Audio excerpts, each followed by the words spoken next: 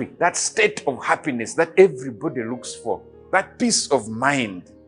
But I want to say today that the true peace of mind and the true love comes from Christ. Because when we notice with Peter, when Peter went away to fish, he fished the whole night and they did not catch any fish.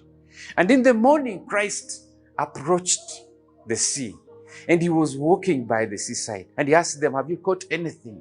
And they said, no, we haven't caught anything tonight. And he asked them to cast their net on one side of the boat. When they cast their boat, they pulled out a huge, massive catch. But meanwhile, Christ was preparing for them a meal. He had roasted for them a fish and something to eat by the side. And they came back to him. And I want to say this, that between you and me, that the love of Christ never changes. Christ loves you like you are. Christ knows that you have these challenges, that you have these friends of yours, that there are all these good things that you would love to do, that there are so many pressures of this world, our young friends, people of the world, our cultures, the norms of things that we would like to do, which look so normal to us. But all these things draw us away from Christ. And we fish all night and we catch nothing. And we feel so disappointed and not knowing what to do. But the love of Christ and his desire to restore us are always with us. And therefore Christ approaches them while they were at the beach, out at the sea, fishing the whole night, having fished nothing. 1, he taught them how to fish. They pulled out fish. 2, he gave them a meal. And 3, then he asked Peter, do you love me? He asked him 3 times, do you love me? To get the assurance of his love for him. And today I want to encourage us. I want to talk to you. I want to encourage you to come to Christ, because Christ is standing by the seaside. Christ has a meal prepared for you. Christ has a plan prepared for you. Because in this case, Peter went to be one of the best disciples who went out to preach the word. And through him, Peter was once again restored from that disappointment of feeling that he had disappointed Christ. By the 3rd crow of the chicken, he just realized, oh God, I have disappointed him. But Christ came to restore. And I just want to say that after that hangover, that after what you've had, the beauties and whatever you have looked at, after the amusement that you have had, there's always emptiness. But Christ stands by you. Christ calls you back. Christ feeds you with his love and his word. He promises restoration. He promises to hold you back. He promises to put you back online. And notice one thing. He fished. They pulled out 153 big fish. He fed them. They ate together. And then they realized that, this is the Christ. Because they would see the wounds that were on his hands. And he wanted to know the commitment of Peter. And he wants you and me to be committed to him. Now, what does commitment to him mean? That means we read the word. That we read the word and understand it. 2, that we yearn for the return of Christ. 3, that we also want to share the same word with other people in the world, that to bring them to Christ. And the most important of it is the peace of mind that comes with this.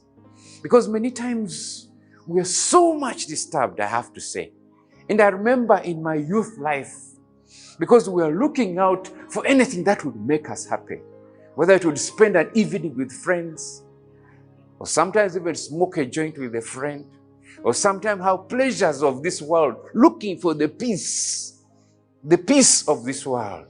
But this world has no peace that it will give to you that is satisfactory.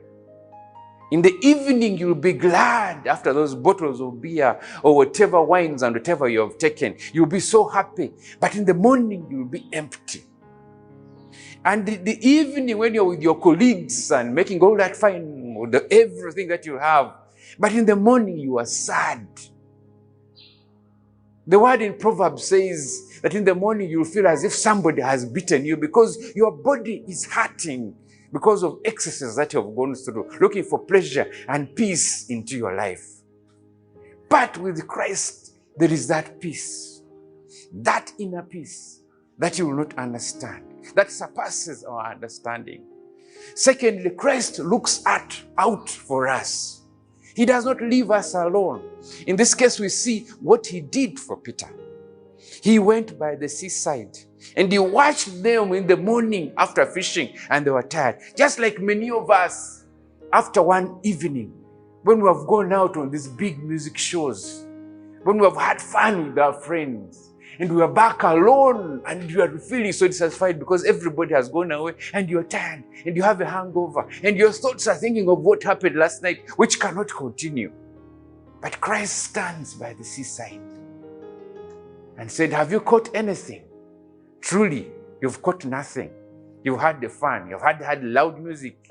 You've smoked your joint. You've had the fun with everybody.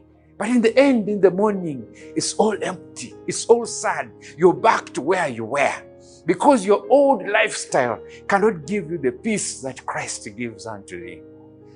And so Christ invites us. He had smoked fish. He had cooked some fish by the seaside. They had a meal together. But also Christ wants to know your commitment, your personal commitment, because you have to commit yourself to him. That's why he asked Peter, do you love me? Peter, do you love me? He asked him 3 times. And the gist behind it was to know his commitment, because that commitment was necessary for him, for the work that was calling him out to. So my dear colleagues, my dear youth, my dear age mates, because there are people of my age who are watching right now. One thing is that Christ asks you, do you love him? And I know in your life you do love him. And I know in your life that you've had commitments. I know that in your life you've had disappointments. You may have planned a wedding and didn't go through.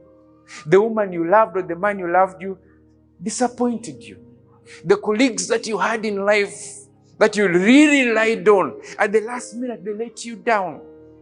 Your savings and everything, the businesses that you have gone through to put things together are worn out.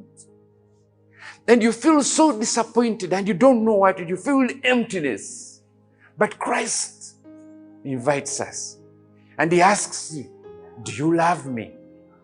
He asks you, do you love me? He asks you, do you love me? And the beautiful thing after it all is that he restores you. It's as if you've had a very cold evening and you're feeling cold and you're shivering and all that, and somebody gives you a coat to cover you with warmth. And that's what it is like with Christ. Because Christ comes to you and he embraces you. He loves you. He recommits you and he asks you, recommit yourself to me. Reconsider the love that you had. And therefore, even as we wind up, I'd like to say one thing to you. That 1, that Jesus Christ loves you. 2, that he has open hands waiting for you. That 3, that despite all that you have gone through, the disappointments that you have gone through, whatever you have done that you feel you're so guilty. In this case, we see Peter, who was very close to Jesus Christ, denying him 3 times. And many of us have even done more than that. We have denied him. We don't go to church. We always look at Christians and say they pretend. They're after our money. They are just sinners like anybody else. But today, Christ comes to you. He's knocking at your door. He's calling upon you. He's looking into your eyes. He's looking into your situation where you're seated there in your bed, in that bottle that you're holding in your hand, that stick that you are pulling into your lungs, that fear that you are, that embracing, that fear, those local cultures that we're going through from time to time to see that we have peace. But Christ stands by the side of the sea and says, come to me. Come to me, you are heavy laden. And because his yoke is lighter. Come to me, you are heavy laden, because he promises peace and love to you. He says, come to me, because he wants to use you to reach out